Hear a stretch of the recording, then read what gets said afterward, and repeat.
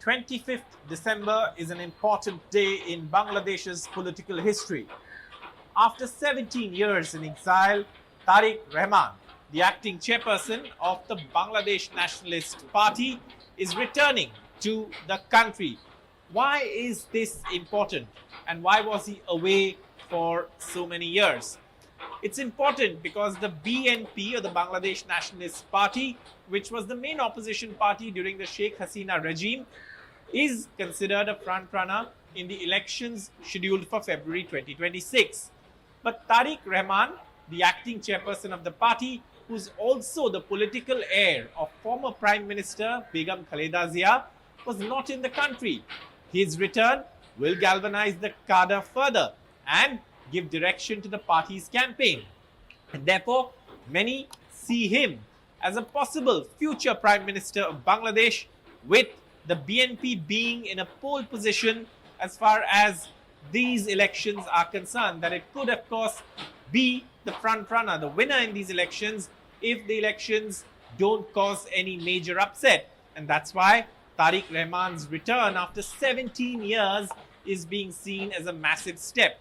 But he also returns at a time when Bangladesh is at a crossroads, and he has made certain very important statements even before his return, which indicate the path that a BNP-led government will take if it comes to power. Currently, Mohammad Yunus is in charge of Bangladesh as chief advisor of the interim government. But the interim government will have to go at some point, and an elected government will have to come in. And that possibility and that probability is after the February 2026 election, where Tarique Rahman's party is, of course, the front runner, and Tarique Rahman could be leading Bangladesh if the BNP wins the election. Where does Tarique Rahman stand differently when it comes to the Yunus government?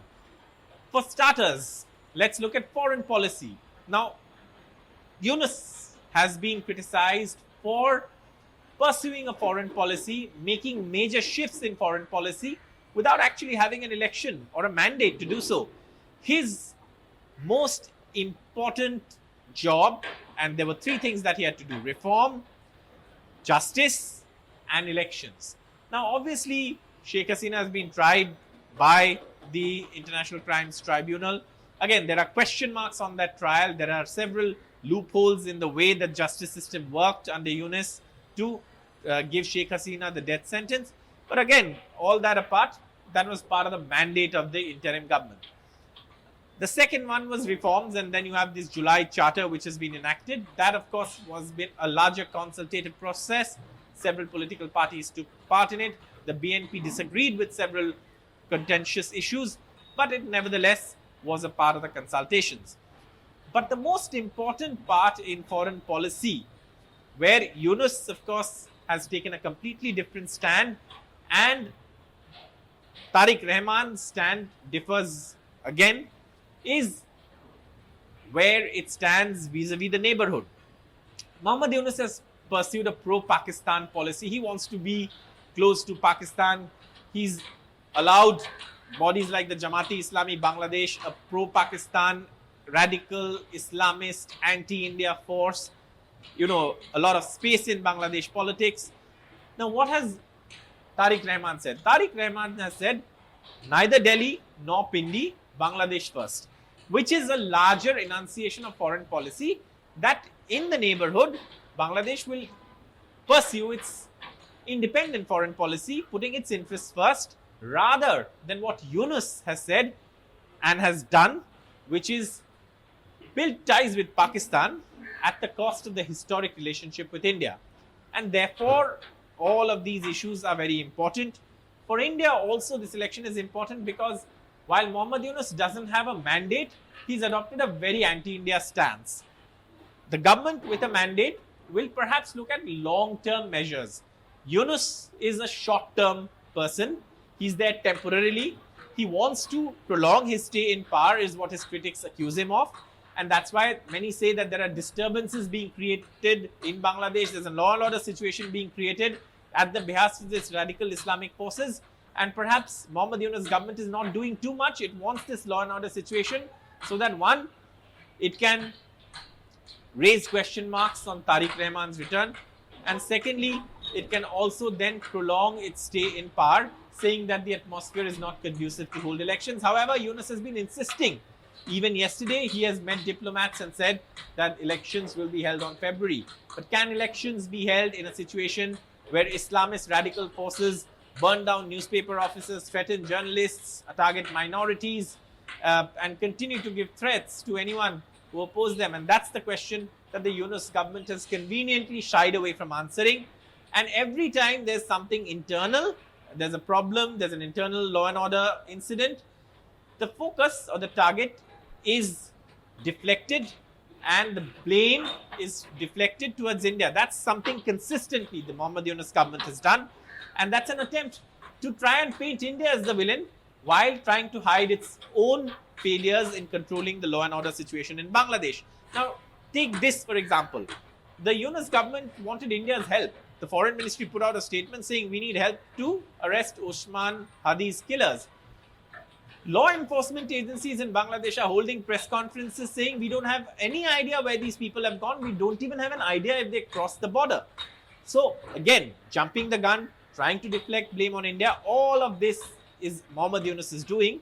And at this point, Bangladesh is looking ahead to elections, but will those elections be held, and can it be held in this atmosphere, and who benefits if those elections are delayed? The answer is very simple.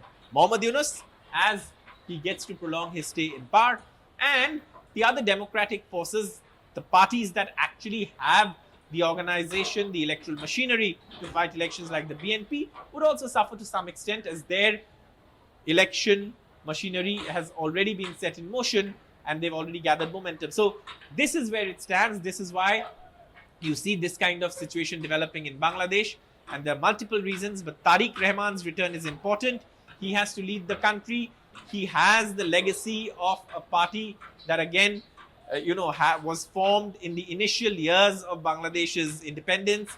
Is of course, General Ziaur Rahman formed the BNP. He was assassinated. Then, of course, Khaleda Zia, Begum Khaleda Zia, his wife, took over. She's also fought for democracy in Bangladesh. And Mohammad Yunus, of course, has tried to hold elections, says he wants to hold elections, but it seems under his rule, democracy has been suppressed, with attacks on newspapers, with attacks on journalists, with attacks on so many institutions, religious minorities. All of this has happened. So again, for Bangladesh to return to a path of progress, democracy, Tarique Rahman says he has the formula. He's enunciated that in several meetings of the BNP, but at this point, the focus is on his return. And also, while the focus is on his return, the question is, are there people who are conspiring to stop him from coming? That's something that, of course, also needs to be looked at. For more such videos where we go beyond the headline and give you the context in which the news developments are taking place, stay tuned to NDTV's YouTube platform. For all the latest news and updates from India and across the world, keep watching NDTV. Thank you so much for watching this video. Please subscribe to NDTV's YouTube platform so that you have all the alerts and notifications for videos like these that we put out from time to time. Thank you so much for watching.